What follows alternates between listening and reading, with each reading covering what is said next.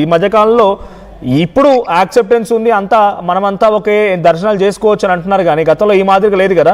So Nishant Sharma గారు మాట్లాడుతున్నారు, but me voice వినిపించట్లేదు. గెట్ బ్యాక్ టు అగైన్, మీ దగ్గర మళ్ళీ వస్తాను. సో శ్యామ్, మీ రియాక్షన్ ఏంటి దీనిపైన? అన్మ్యూట్ చేయండి ఒకసారి. రైట్, మాట్లాడండి. నమస్కారం అండి. ఇప్పుడు ఆయన చెప్పినట్టు శాస్త్రి గారు, కృష్ణన్న గారు ఉన్నారా? కృష్ణ గారు వస్తారు, పీసీఆర్ ఒకసారి చెక్ చేయండి. గారికి మాట్లాడండి. ఓకే, ఆర్టీవీ ప్రేక్షకులకు అదే విధంగా ప్యానెల్లో ఉన్నటువంటి పెద్దవాళ్ళందరికీ నమస్కారం. ముఖ్యంగా మనోజ్ గారు, మీరు ఈ డిబేట్ ని ఈ ఎస్సీ హోదా దళితులకు వర్తిస్తుందా వర్తిస్తుందా అనే దాని మీద పెడుతున్నారా, లేకపోతే ఇప్పుడు ఈయన శాస్త్రి గారు మాట్లాడినట్టు అర్చకులు ఒకే కులం వాళ్ళు ఉండాలి లేకపోతే వేరే కులం వాళ్ళు ఉండకూడదు అనేటువంటి డిబేట్ అనేది మరి ఆయన స్పష్టంగా తెలుసుకోవాలి.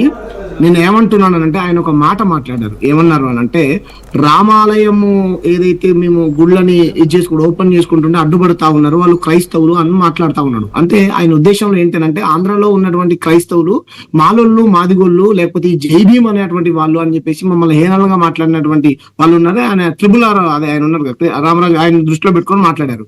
సార్ ఈ దేశంలో నమస్కారం అలా కాదమ్మా, చిన్న ఒక్క నిమిషం సరిగా వినాలి. వినండి సార్, వినండి దయచేసి. మీరు మాట్లాడటం నేను విన్నాను. నేను క్రైస్తవులుగా మాట్లాడలేదు, క్రైస్తవులుగా అనలేదు. అక్కడ మీరు హిందువుల్ని పూజించాల్సినటువంటి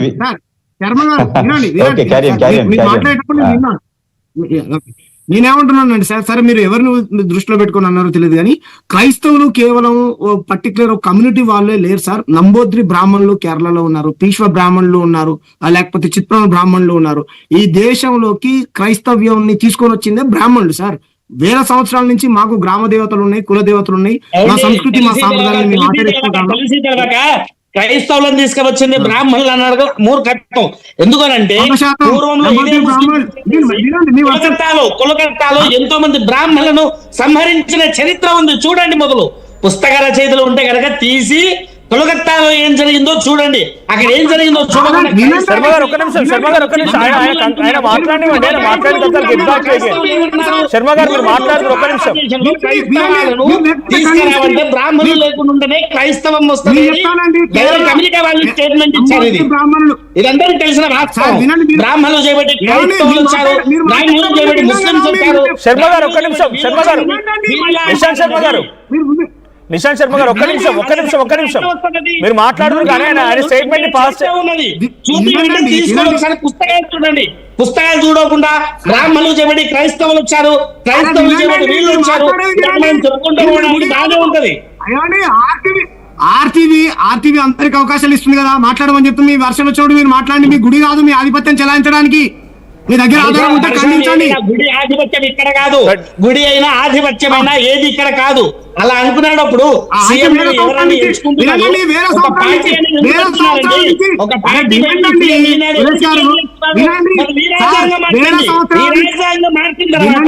ఎవరేం జరగాలో ఎవరేం వస్తుందో అప్పుడు వస్తుంది. అరే వినండి, నిశాంత్ శర్మ గారు ఒక్క నిమిషం, నిశాంత్ శర్మ గారు ఒక్క నిమిషం, మీరు మాట్లాడడానికి అవకాశం ఇస్తారు. నిశాంత్ శర్మ గారు ఒక్క నిమిషం, నిశాంత్ శర్మ గారు ఒక్క నిమిషం, ఆయన మాట్లాడతారు. మాట్లాడిన తర్వాత క్లమ్జీ అవుతుంది, మనకు మాటలు అర్థం కావడం లేదు. వినండి, నేనేమంటున్నాను సార్, మీరు అన్నట్టు సరే ఎవరు తీసుకురాలేదు.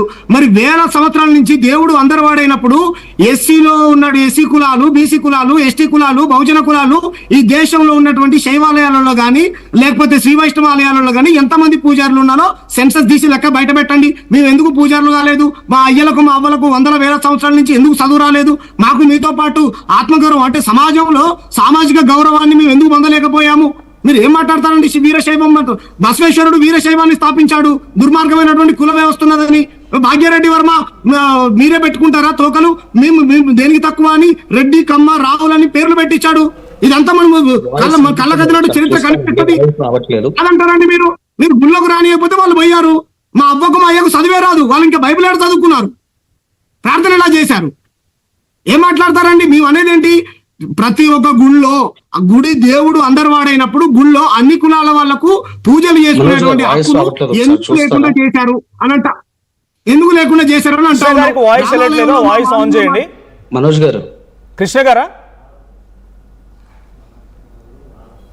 గారా మాట్లాడుతోంది. కృష్ణ గారు వాయిస్ వినిపిస్తా అవునండి, నేనే నేను శర్మ గారు